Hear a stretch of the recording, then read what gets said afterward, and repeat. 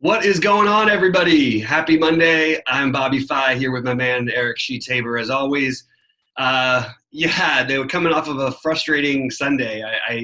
I was absolutely all over Dalvin Cook. That hurt. I didn't have any Perriman. I had a ton of Godwin who got hurt, which helped Perriman. I had a ton of Miles Sanders, which I thought was going to get me there, a ton of Zeke, and it just didn't work out, man. And frustrating day. How about you? I had a good amount of Greg Ward, who I believe we were the first person to get on this past week. By the way. We were on him, yeah. Yep, I had a decent amount of Danny Amendola, and I was all over that Arizona game. And the one thing I commented to everybody is the one thing I was not going to do in the Arizona game was take Kenyon Drake. So that's how my day went. But the great thing about DFS is it's a new day, and the NBA will be better. Absolutely. And I actually think this is an interesting NBA slate. Like, we obviously are waiting on information, but I think we can speculate what will happen each way the information breaks. Of course, there might be information we don't know about yet, but assuming that we don't, we can certainly go from what we've got. Hey, you know what I want to talk about real fast? Because this is like much more important than any of that.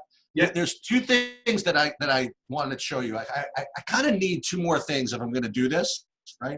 First of all, I want this to be a one of those like backdrops. You know what I mean? Like that you have, like all the experts have. So what they should do is they should actually create this to be like a backdrop and just make this for like everybody. So if everybody wants to get a picture of like Zizic Road and the Giambi Jeter play and a signed copy of The Odd Couple, that could be everybody's backdrop. But the other thing I'm really going to need, I'm looking through is, I guess you'll know that I've been doing this now and I can be respected in the industry. I got to get one of those hats, right? Everybody wears a hat. Like I guess the real experts wear them backwards, and like kind of the older people wear them frontwards. So I got to be in the market for a hat. So one of these days you're going to see me with a hat. I don't know what it's going to be, but I got to get in there.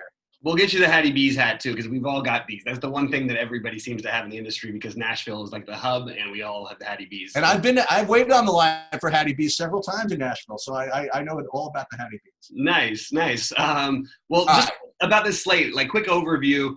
I have a very strong take, and it's weird because it's a big slate that feels a 7-game slate, not that huge. I mean, big. But I feel like I am so dialed into just a couple spots. And I'm going to mention guys who I'm going to pivot off of in certain areas, but I feel really locked into what I'm going to do. And it's basically going to be very focused on the first game. Okay, I'm probably going to agree with you to some extent. If you could figure out that first game, we could really be a business. But I guess from an overall slate view, again, for those people who like to analyze it this way, I mean, there are two like studs that are at the top, between Harden and Giannis. And Giannis is, has minutes issues because they're playing against Dallas, who's, without Luka. So they have, the same blowout risk they always have. They literally blow every team out. So Giannis has that risk associated with him, which is going to make that decision interesting. Are people going to actually want to pay up for Harden at like $8 million, which is what he is nowadays? And will there be enough value to make that actually a viable possibility? Because there is quite a bit of value from this first game that you're going to get into maybe, and from another game we're going to get to later, that actually might make kind of a Harden, overpriced Harden, worth getting in. And yet on the other hand, there are also those, there's a pretty decent number of mid-range plays you can play also. So if you're locked in, I'm very curious to see how we approach this. Yeah, and the thing is, there's pivots off of what I can do. There's different ways I can stack it, and it's going to depend on how the injury news breaks. I'm not saying something like Giannis is going to rest or anything like that tonight, but I find it odd that there's only an 11-point spread on that game without Luka, which feels like what the spread would have been if Luka was playing. Right. And I just think it's like worth like just keeping a little bit of an eye on. We've had a little bit of rest from some players on that side.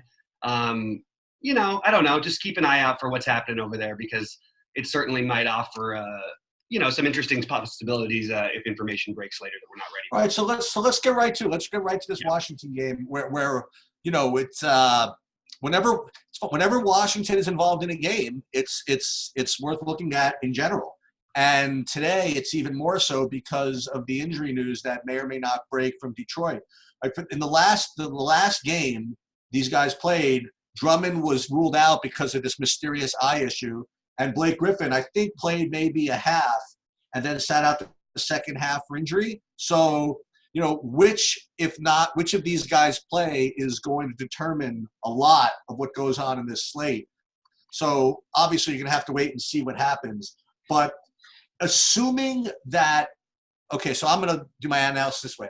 Assuming that Blake is out, I suppose, and assuming Andre is in, I mean, Andre is just a tremendous play here. I mean, he's probably going to be really popular. I mean, they're playing Washington, who has just no bigs of worth. So it's a ridiculous smash spot, which is going to be reflected in the projection, which is going to be reflected in the popularity. So if, in fact, he does play, he looks to be a real just incredible option. And then you have to talk about what happens if he doesn't play, if Blake doesn't play. But the guys to keep an eye on, as far as I'm looking at, are Luke Kennard, Derrick Rose, and Markieff Morris. Markieff Morris, the more obvious, because, obviously, and Christian Wood, right? So the last two being the most obvious, Markieff Morris and Christian Wood, if the bigs are out, those two get the natural increase. The two that, I don't want to say are going to be sneaky, but the two that, have a little more finesse to them is the Luke Kennard, Derrick Rose thing. Because if Blake is out, especially, those two, their usage goes way up. And I think that one of those two, if not both of them, are going to emerge as pretty good plays. I don't know if Derrick Rose has that type of minutes upside anymore, but those two guys would be the guys I would look at on the Detroit side. I'll do the Washington side too, then you can do the whole game. On the Washington side, Beal looks to, from a projection perspective, Beal looks to be the best, if not the only guy that projects that well. But there's all kinds of stuff going on. Bryant is still out. Moritz Wagner is still out. So what they do with the bigs is going to be interesting. Are they going to give Mahimi 24 minutes of bad 24 minutes? Is Rui Hachimura going to be the guy who picks up the slack? He's up to 6,400. Troy Brown might be an okay play. But as far as, just straight projections go, Beal looks like the best of, just decent alternatives. But I do think that if you get this game right, especially from the Detroit side, you're going to be in good shape. Yeah, absolutely. It's so if I'm setting a script for today, it's going to be at least probably one or two players from Detroit, if either of Blake or Drummond are out, which I think Blake would be the more likely of the two. Although it's weird with Drummond because I can't say that but it's not like Drummond's going to have any limitation. Like he has an allergy to an avocado.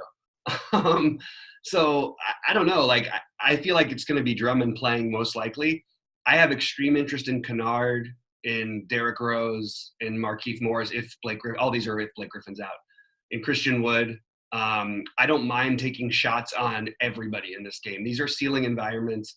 Like I said, when you play Washington, it's a little different than playing everybody else in the NBA. You get such a massive boost that I feel like everybody does become in play. Detroit can spread out their usage a lot, which is annoying to me. But I do think that you're going to see, depending on who's actually available, I think you're going to see at least a couple of these guys just crush value, assuming that one of Blake or Drummond are out, probably Blake.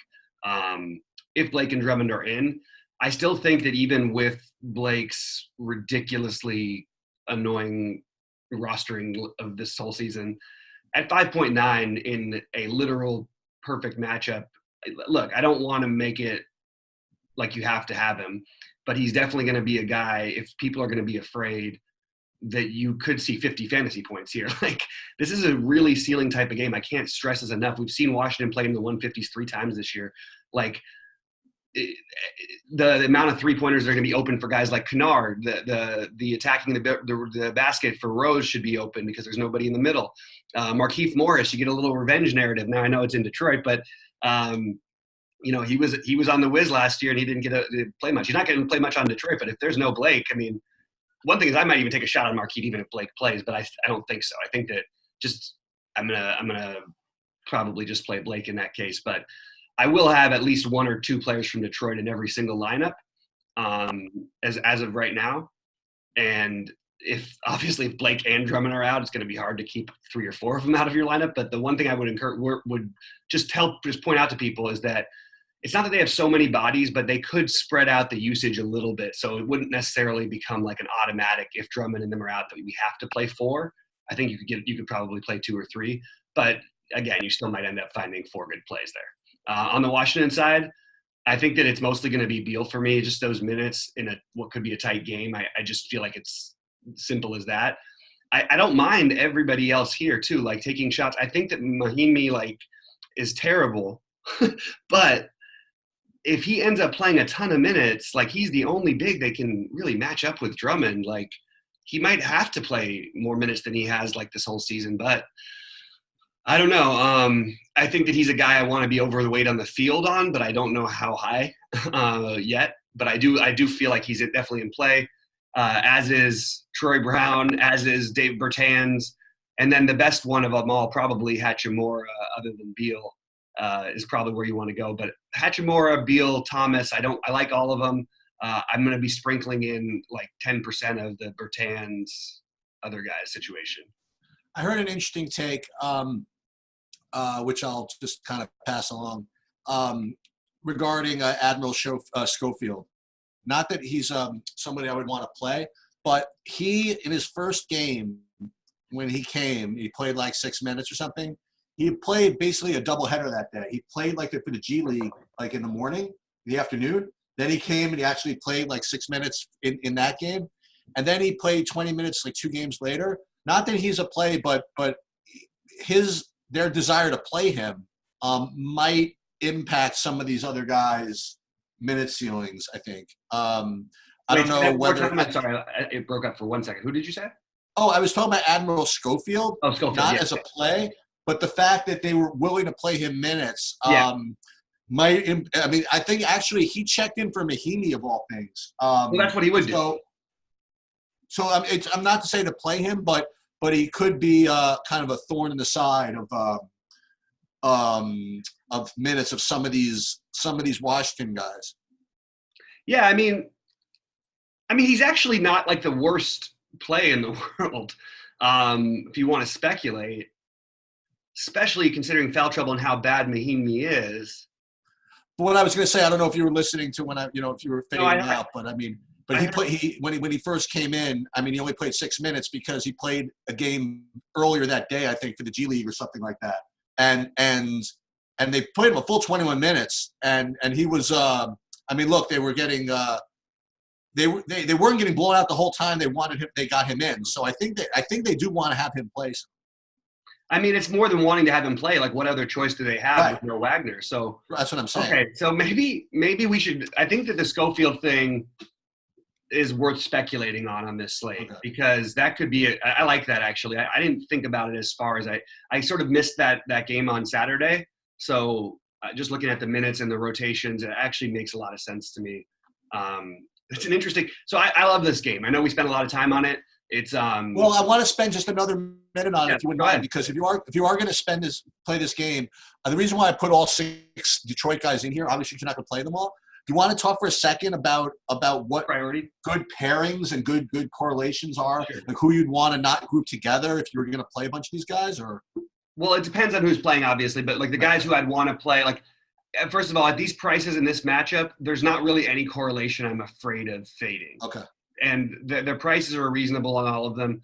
Like maybe you could say that, like, well, if everybody's in, I don't think I'd play Rose and Kennard in the same lineup. Right. But if Blake Griffin's out, I absolutely would. I think, Rose and Drummond, or Kennard and Drummond, and Morris, or Wood. I wouldn't put Morris and Wood in too many of the same lineups, but I would probably be okay to do it in 1 or 2. Like, that's pretty much how I would go. And in an order of priority, it's by far and away Drummond, assuming he plays, which is followed by Kennard if Blake doesn't play, and Rose and Morris. And then if Blake does play, he would leapfrog those guys. Well, 2 other guys, by the way, since you're going to be playing this game, I mean, just kind of throw out names from your past or whatever it is. If Drummond is out, I mean, I don't know what kind of workload Thon Maker's going to get, but he had 25 minutes 2 days ago, and he's only $3K. Is Thon Maker in tonight? I don't know. I don't think he is. Oh, he's not even in? Which is actually opens it up even more. Like, that's what I had in my notes. Let me double check this starting lineup. I don't have any note on him. I have a note that he's out, but Okay. I don't know why I have that. It could be. I'm just looking at DraftKings, and I don't even see the Yeah, hold on. Don Maker thing. And the other guy I mentioned on the Detroit side, again, like if you lose this slate, by stacking this game and not having any Langston Galloway, are you gonna kill yourself or no? No, I'll throw him into like one or two. Okay. I don't know why we can't get any info and why we have him with no projection. I guess it's because Blake's in, so I guess that's probably why he's not in the player pool. Okay, that's why I don't have him. He's on a player pool. Yeah. That's the problem. One of the other sites, they have him at 14 minutes, assuming Blake out. Yeah, that's a strange player pool not to have him even in the player pool. Like, that's weird. Right. All right. Anyway, so if Blake's out, I think Don Maker is he's one of these other guys, but I prefer all the other guys over him. So would this be one of those weird games where let's say that Drummond is out, you could play like a whole bunch of them, like 3 or 4 of them with Beal on the other side? Yeah, the problem is only how chalky does that become. Okay. But yes, I don't know. There's other possible chalk coming. I mean, Sure, and that's why I might just marry myself to this game. Like I really like that game. Pretty much, I have a scenario for everybody who's in and out. And I think that I like all of them. What do you think? I've heard some takes. What do you think of playing Christian Wood, regardless of who's out? I think it's risky and unnecessary at his price, but I think that it's probably worth probably worth it if just anybody's out.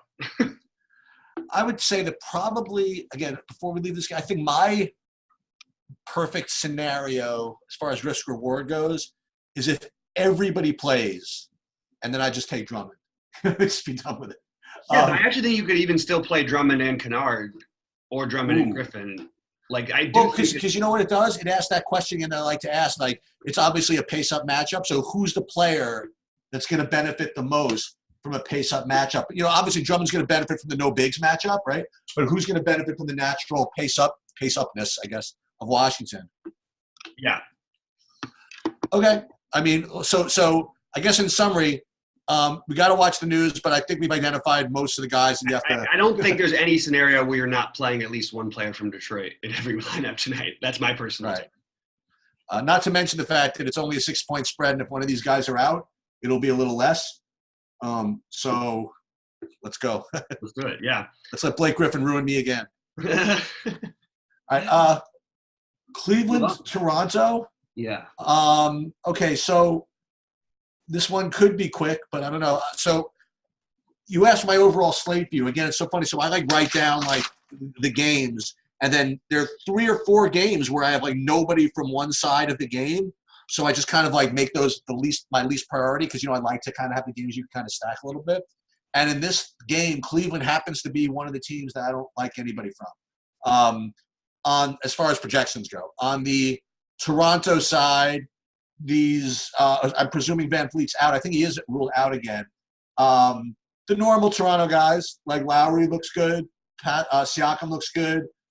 On DraftKings, Powell looks good. I think he might look better on FanDuel, but I forgot. We have to look again. And then you're down to Anunoby and Ibaka. They all come with minutes risk because it's a 12-point spread. So be careful of that. But they all look pretty good. Lowry and Siakam, I have no problem having one of these guys as a one-off somewhere if the rest of it works. But as far as an overall game environment and a game to get excited about, I'm not too excited about it. Yeah, I'm not either. I think that you could take shots on any of these guys because the prices are so low. Like Osman, if the game is close, is going to play a ton of minutes. He's 3.6. I understand it's not fun. He's cheap over on FanDuel if no value opens up, et cetera, et cetera. OG, Powell, Lowry, I all rate to be fine, but I'm just not overly excited. I think Sexton's price makes him kind of interesting if you do think the game stays close. I think Garland, you could make an argument for this one. I'm just not going that route on this slate. If I was playing a million lineups, which I don't think I'm going to do tonight, I think I would have some of this game stacked just in case it stays close, but with the no Van Fleet, but I don't think that I'm really going to prioritize anybody. Hey, I have a question. I always have kind of a list either written down or in the back of my head of guys that are just no ceiling guys that I just kind of throw into lineups where they're safe. Can we consider Kyle Lowry somebody like that nowadays? Is Kyle Lowry just a non-ceiling player that he can project well and get you 5-6x, but he's not going to ever win you anything. I shouldn't say not going to win you anything because he's with part of another lineup, part of the lineup that will win you something.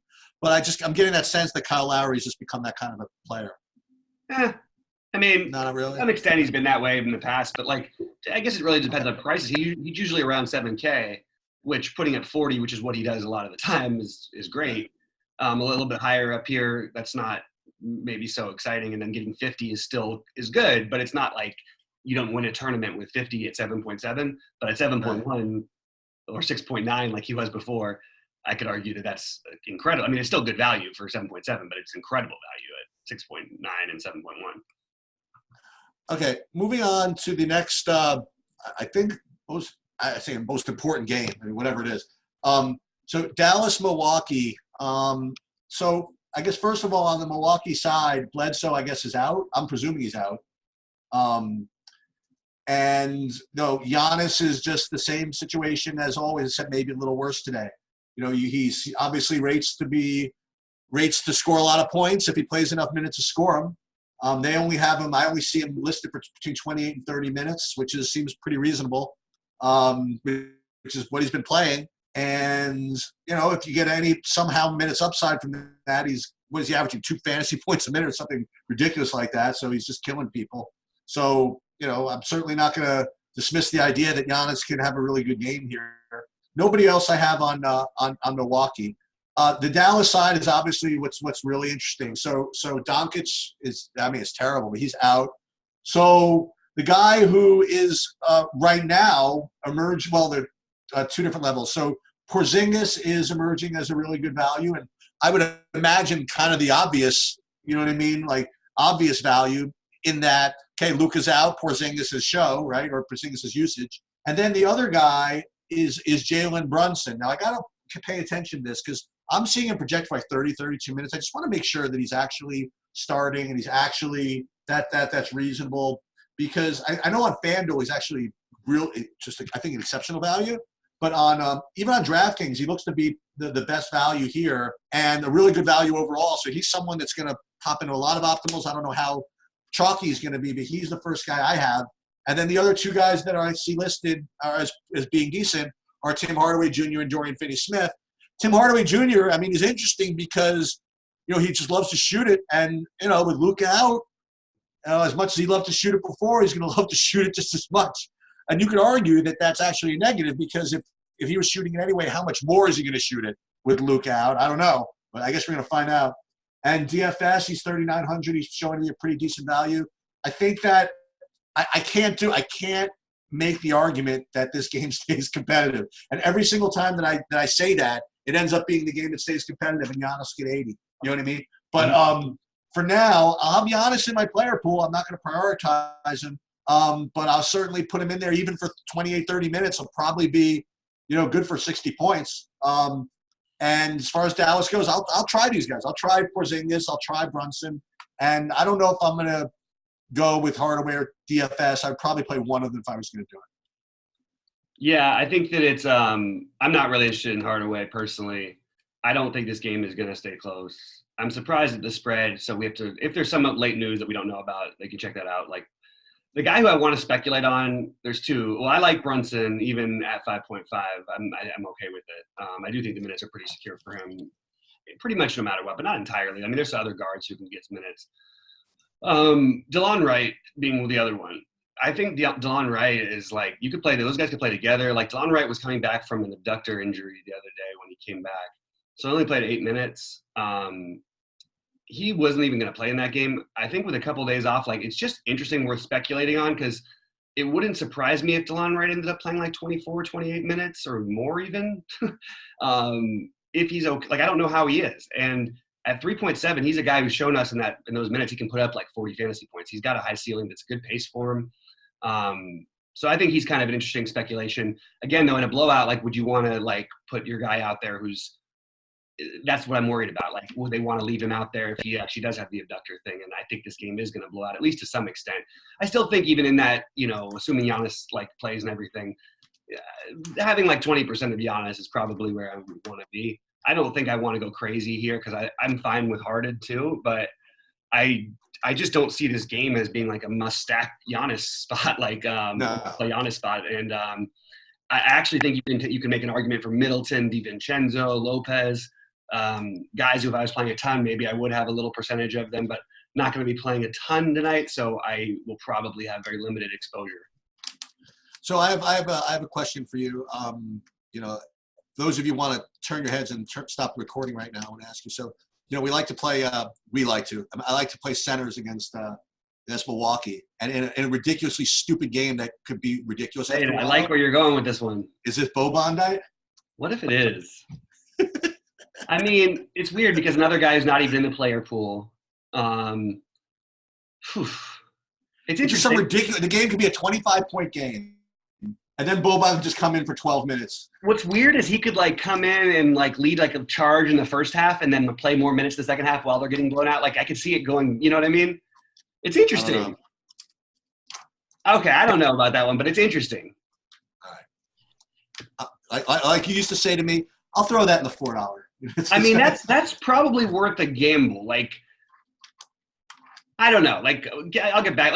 I don't know if I'm going to do that one, but I think this might be a night where you could consider that gamble. Sure. Okay. Moving on. San Antonio at Houston.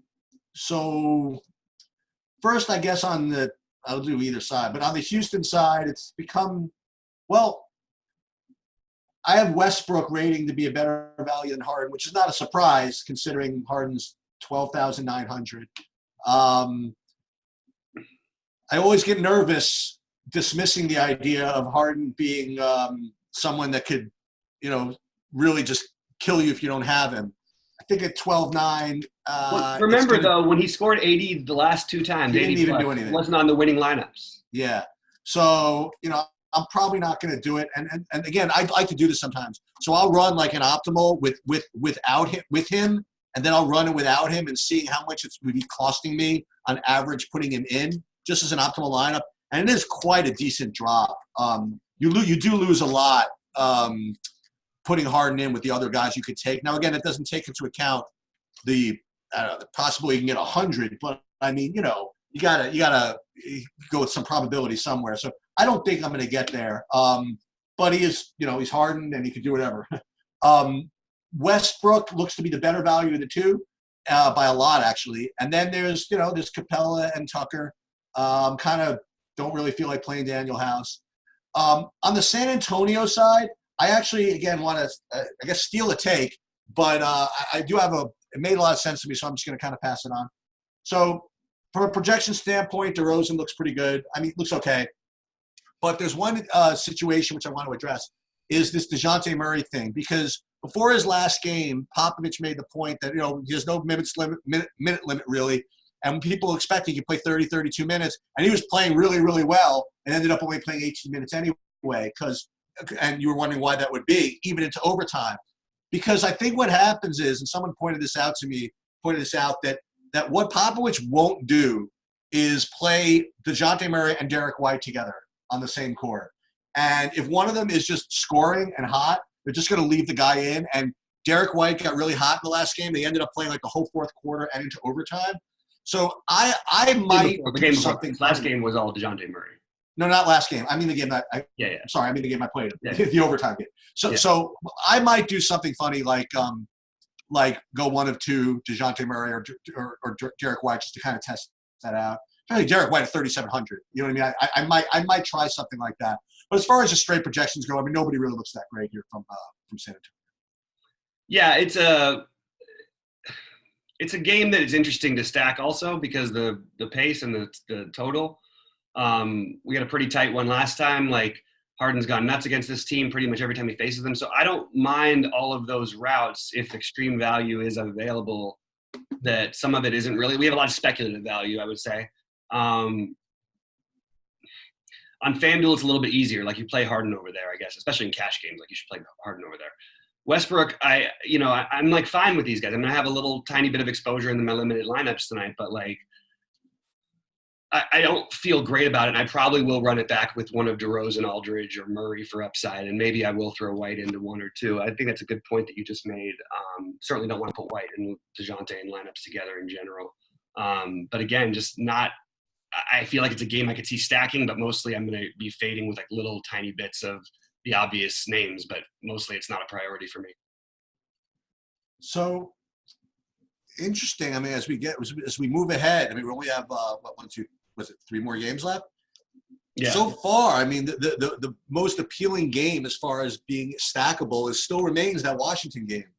Yep. So, we'll see what else comes up. So Chicago against Oklahoma City.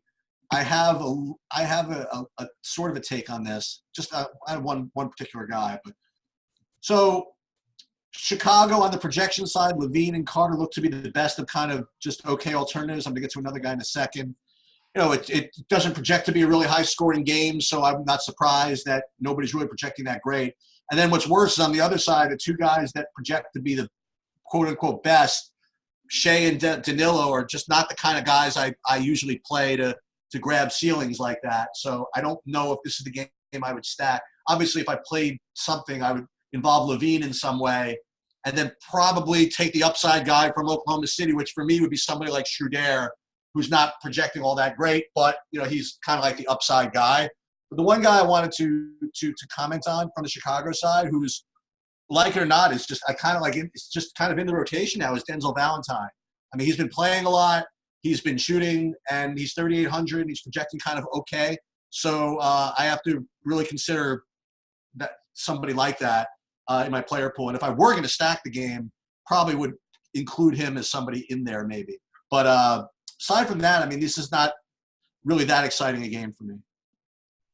Yeah, I mean, we got to see. I mean, he was playing with Chris Dunn out, so yep. I'm not sure about the minutes exactly, but I do think that Valentine is like, we have to see if Chris Dunn plays first of all, because he might even be a playable. But like, I'm not like overwhelmingly in love with any of it. I don't mind taking a shot on Valentine. I actually like Valentine as a player, and he's never really gotten his due. The problem is he does take away the usage from some of these other guys. Yeah. So I'm not as interested in this game overall. I think Zach is definitely going to be in a couple of my lineups. And I agree, Schroeder on the other side. That's pretty much the extent of my interest in this game. I don't really mind if you want to play Shea, but I'm not going to. Yep. Okay, we can move ahead. Miami against Memphis. I think everybody, let's say everybody, I would say everybody's in, but Deion Waiters is out. Was he in prison now? I don't know what's going on with him, but Winslow I'm presuming is still out. On the Miami side, the two guys that's really, really, really good are Butler and Bam. I mean, on DraftKings at least. I mean, they project really, really well. They're just freaking playing really well. I mean, they're just popping really well, and they're just really, really good players, and they're in really good spots, and that's why they're projecting really well. So those are two really good plays. Memphis, I don't like anybody, honestly. So, again, it's one of those weird games where I'm not going to probably end up stacking, Butler with, there's stuff you could do. Like you could take a shot with Morant or, the high upside type guys like that. Or Jaren Jackson kind of bothers me. But whatever, Jaren Jackson, Jonas, if he gets the minutes, I suppose. But it's not the easiest matchup for him either. So for me in this game, I'm going to have a tough time getting away from Butler, though, as a one-off if I can, or in some of those middling lineups where I don't use either Giannis or Harden, which there probably be a decent amount of. So Butler actually looks like a really, really good play. Yeah, Butler does. Bam does. This is the other game I want to have a ton of exposure to. It's going to be mostly on the Miami side. But I will have like one of Butler, Jones, Tyler Hero, Kendrick Nunn, Jim, Bam. One of those guys is probably I think I might set a lock like with one player from Miami in every lineup. I feel like there's upside for Hero. The minutes are in flux all the time. There's upside for Nunn if he gets hot. He should play a ton of minutes in a really good pace matchup for him. Derek Jones Jr., another guy with a great pace matchup, should get a lot of minutes. Even Duncan Robinson, although I don't think I'm going to go that route because it's just I don't want to count on a guy hitting me 8 threes, but I don't mind it. I don't mind taking a shot with a guy who can shoot like that, especially against a team that can't really defend. It's a pace-up game for Miami, pace-down game for Memphis.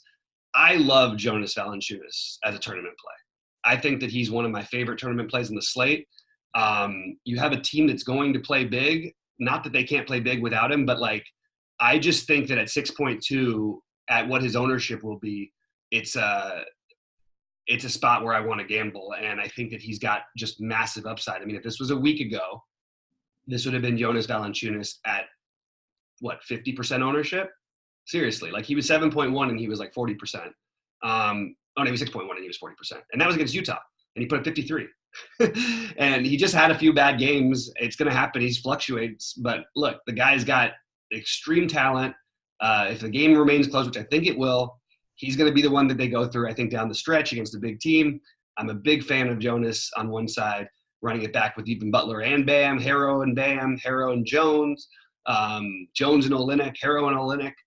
None in like every bit of this feels like the other spot I want to attack on the slate, especially on the Miami side. And then it's going to be just running it back with either Joval and a tiny bit of both Jackson and Morant. I don't mind the upside. I think the upside for both of them is significant enough, even in a bad matchup, that I'm willing to take a shot on a slate that I don't actually obviously love all that much outside of a couple spots. And this is one that I see the upside in. Yeah. So what you're going to get is a really, I mean, a much lower owned stack than that Washington's game is going to be, like you were saying.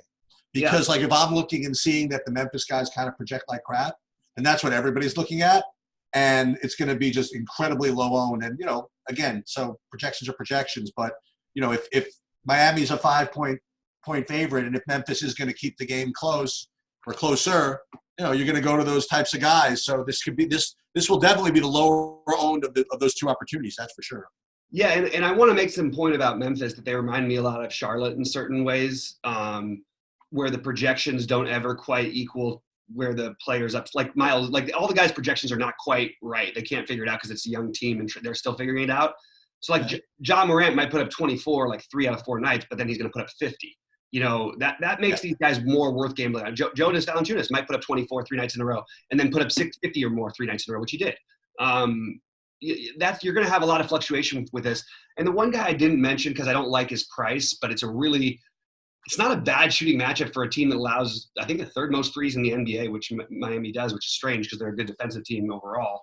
But maybe you could throw in a Dylan Brooks if you wanted to get creative even. I just think this is an interesting game that people are going to be off of. And on a game where I don't love a slate where I don't love a ton of games, I'm going to lean towards this one and the first one as my heaviest ownership. Yeah, and who's chucking up more threes than all of them is Jaren Jackson Jr. I'll play him too. I mean, I'm going to have more than the field on these guys. I'm not playing much of the other stuff, so I can basically be over the field on the games that I want. But you know what? What Bobby said, I think, is really important. And again, I probably brought this up literally in every podcast that we've done. And what I was kind of alluding to with the Lowry thing, without bringing it up, without being specific about it, is that guys, players' median projections are just median projections, right? And there are certain guys. You have two guys next to each other that could have the same median projection, but one of them has just much greater divergence to the upside and obviously to the downside, where another guy's just going to be safer. So just because a guy has a bad median projection doesn't mean that he doesn't have a decent enough probability for that upside to hit, especially when you want to stack something from the other side. Yeah.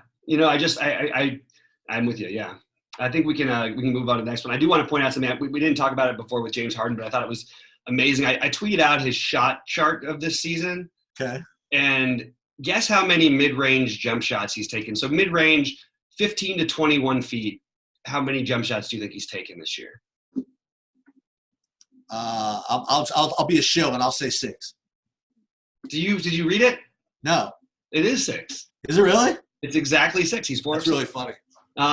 It's incredible. Everything is right at the basket and everything is beyond 3. Now he's hit he shot some 2s, but that's all because of his foot being on the line, I think on 4 other occasions. But other than that, it's all 3s. It's pretty amazing. You're talking about over 650 shots and 6 of them being a mid-range. I mean, and he was a mid-range player when he was – like, this is so weird. Well, anyway. It's interesting that you say that because there was a stat I was wanting to show my son actually just the other day that came out. There was some ratio. I forgot who they were using as the example now. Someone who's 85% of his shots were 3s, which was the highest ratio of anybody in the league. And now I forget who it was. Seth Curry, maybe? I honestly don't remember, but it was like just kind of like random type guys, honestly.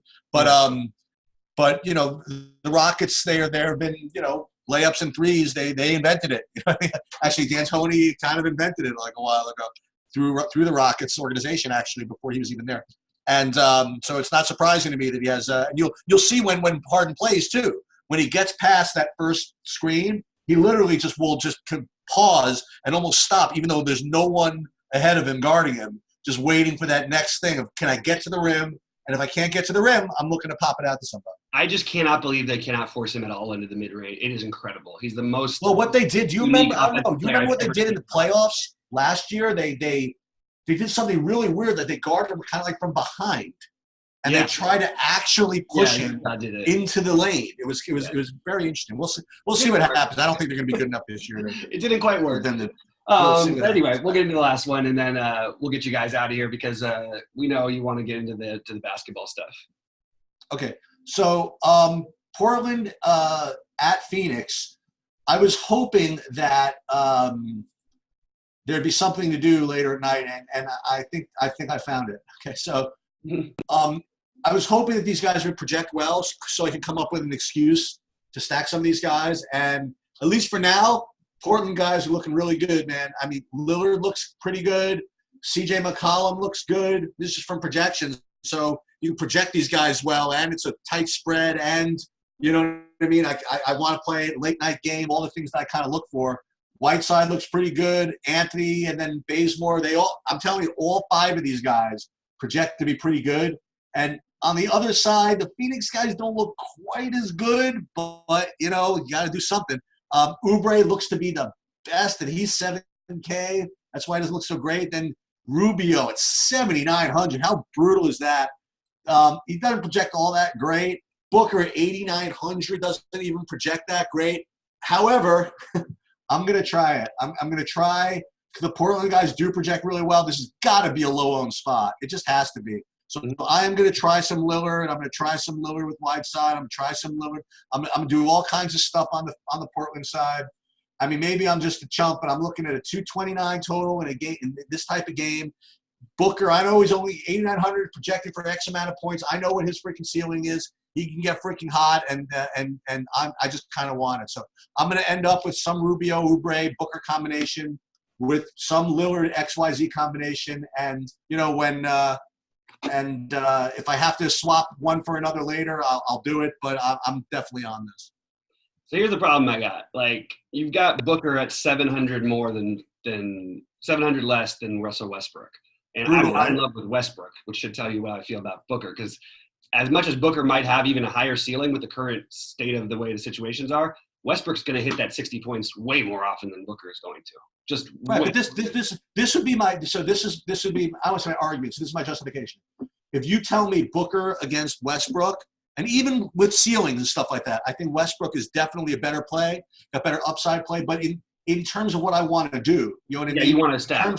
In terms that I like the Portland guys, I'm willing to make a little bit more of like if I like the guys on Chicago, like I like the guys on Portland, I would say the exact same thing, the opposite. You know what I mean? I would be all over the Westbrook thing. So I'm willing to give a little bit of stack vig to the Booker. So Booker, like you said, I mean, you go give me a head-to-head, like Booker versus Westbrook, it's a freaking joke, right? Even as counting for value. But I think the person what I want to do here, that's why I would go down in projection to someone like him. Yeah, I got you. I'm not stacking this game, but I do like the spot. I don't mind like the Bookers and all I don't mind like a little bit of that, but mostly it's the Portland side for me just because the prices are right. And one guy who's 100%. Off the board who you should absolutely consider is Scal. The minutes are going up a little bit. It's a good matchup for him. He's been at 21 and 24 minutes the last two games. We've seen Whiteside at times get tired. If they start making him more part of this rotation, I think that he becomes like a really interesting off-the-board minimum cost play and while you're playing him late, like you never know what might happen. You might get some weird late news and you have another minimum cost guy opens up and you don't need to play Scal. But I sort of like having that minimum cost guy late. And also I think that he's even if everything being equal and everybody playing, he's totally viable. If he plays 20 minutes in this matchup, and I think that's very possible. I'm gonna double check. Do they have a game tomorrow? I don't know, how gross is it if you played Boban when you could play Scala 3 chaos? Yeah, let me just see real quick because I need to see if I should have had this stuff figured out, but I know they didn't play yesterday, or they didn't play in a few days. So I would imagine this would be their back-to-back type of time. No, it's not. Okay. Well, I guess that makes it a little bit better for Whiteside, but anyway, I do think Scal's mildly interesting with where we have him projected minutes-wise, which is 18. And I think that if he you can get a little upside on that like he's been lately, you could see 24 to 30-plus fantasy points. Actually, with Scal, you could see 1 million fantasy points. Guy occasionally can get crazy hot with it. But anyway, just something worth considering. Not going to go crazy with it, but definitely a guy who I'll have a little tiny bit of exposure to. You know what? It turns out I don't know if I'm going to – I think that all these different mid-range guys we looked at, I mean, even forget the stacking, that if you want to play someone like Lillard or even McCollum, you know what I mean, or McCollum, I think those guys are good enough where maybe I can feel comfortable in just not even playing Giannis. You know what I mean? Maybe I could just not worry about Harden at 12-9, let him beat me with 100 points. That's the only way he's beating me. And not worry about Giannis really. You know, look, eat the fact that he could probably score 60, whatever. But I think you're costing yourself a decent amount not being able to play guys like this, like Lillard and Butler and even Beal, sort of. You know what I mean? Or I don't know if you can get up to. I don't know if playing Giannis has the same appeal to me as it did when I started the review. I don't know. Yeah, I mean, that's what I'm finding a lot of too. Like, I mean, if you play the Beal Drummond thing and then you get some other mid-range guys that we've got out there, like, you know, maybe you do play Joe Val, like I suggested, as a great tournament player, or Luke Kennard, or Tyler Harrow at low. If there's no Blake, you've got Markieff Morris to go along with those guys. You can play a Zach LaVine if you want to. You can play LaMarcus Aldridge on one, you know, in that game. You could play Jalen Brunson as a mid-tier guy. Cedi Osman, another value. Like, there's just a lot of different ways to go. And then CJ McCollum, another good value. Like, he's not the cheap value, but he's a good value for his price at 6.5. There's a lot of just ways you can go with the mid-tier where I don't think you need to play Harden or Giannis, but I also have no problem if you want to play either or both. If enough value opens up. And I think on FanDuel, I would recommend trying to play one of them, especially I would lean towards Harden personally. Yeah. You know, boy, it's going to be – I really do hope that more value opens up because I'm going to find it hard to do what I want to do without it. Maybe I will have to go down to someone like Skal or something like that to get everything. Not to get everything. You can't ever get everything. Remember, if Blake's out, everything's wide open, and you can play Markieff Morris. You can play Christian Wood.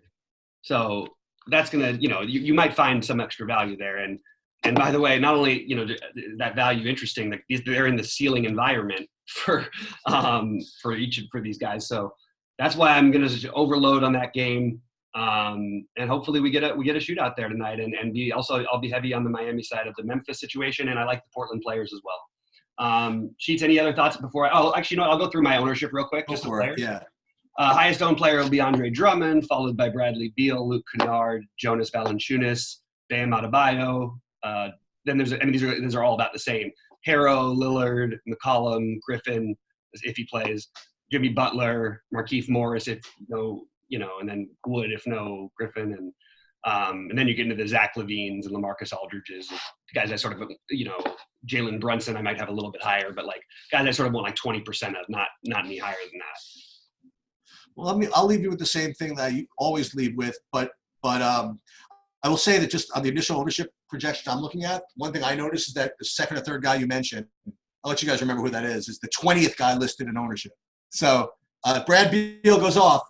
he's going to be he's not going to be as highly owned as some of these other guys.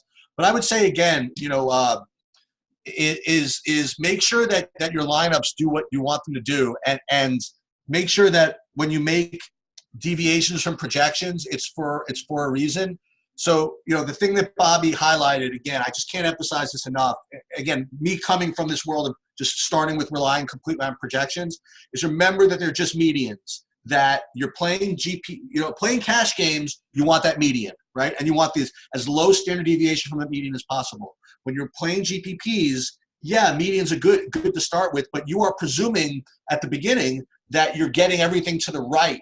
Okay, I'm going this way. To the right of that median. So you are already expecting to get that kind. So you want to pick guys that are more likely to be on that side, not even more likely, but if they are on that side of the equation, it's by a lot. So make sure that your lineups reflect that. Make sure that if you're looking for ceiling, you take ceiling guys. And if you have like a good ceiling stack and you just need, look, if my Portland whatever gets there at no ownership, I don't mind picking someone #safe. You know what I mean? I used Gallinari as an example. I mean, maybe not, he's not even the guy, but a guy that I know will get the minutes, that is probably safe for 5.5x, whatever, if I'm relying on my other stuff to kind of hit. Whereas if I'm relying on kind of a safe type of stack, then I want my one-offs to be a lot more kind of off the board with that huge upside, like the Draymond Greens and the Zach LaVines and the John Morants, the guys we speak about, whose medians are whatever, but their upside is just so high. Absolutely. Well said. Well, Sheets, good job, man. Glad to do this video with you. Hopefully we're going to turn this week back into like we've been doing lately and just keep crushing the NBA, get over our NFL blues, run a little bit better in NBA tonight. Sounds good. All right. For Sheets, I'm BobbyFi. Guys, we will talk to you soon. We appreciate you. Give us a thumbs up, the like. We will have some live shows coming for you very shortly. Talk to you soon. Sounds good.